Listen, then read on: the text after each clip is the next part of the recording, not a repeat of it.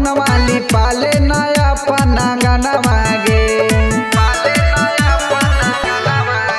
एगे गाँव घर के शिष्या भी कर देना फोन वाली पाले नया पना गाना मांगे।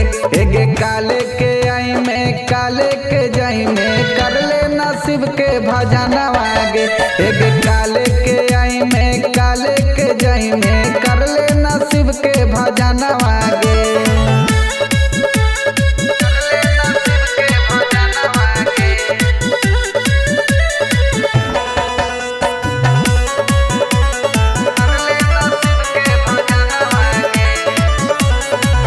खाली हाथ आए हो तुम खाली हाथ जाएगा।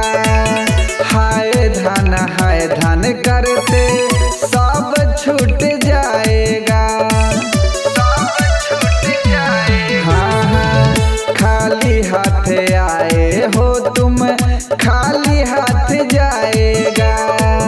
हाय धन करते सब छूट जाएगा।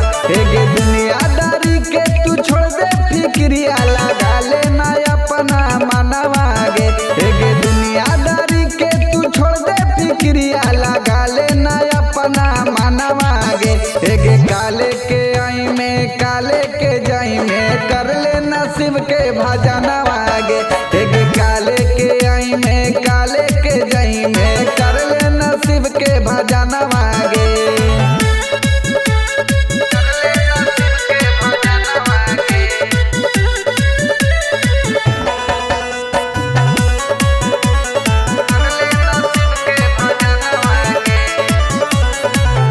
आई जब बुलावा रुपया दी नहीं काम हो। शिव गुरु चाहिए जब तक मिली है आराम हो। हाँ हाँ आई जब बुलावा रुपया दी नहीं काम हो।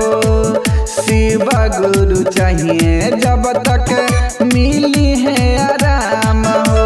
भर जाई सुख संपत्ति गे दीदी भर जाई धारा में धन मांगे। एगे भर जाई सुख संपत्ति गे दीदी भर जाई धारा में धन मांगे। एगे काले के आई में काले के जाई में कर लेना शिव के भजना मांगे। एगे काले के आई में काले के जाई में कर लेना शिव के भजना मांगे।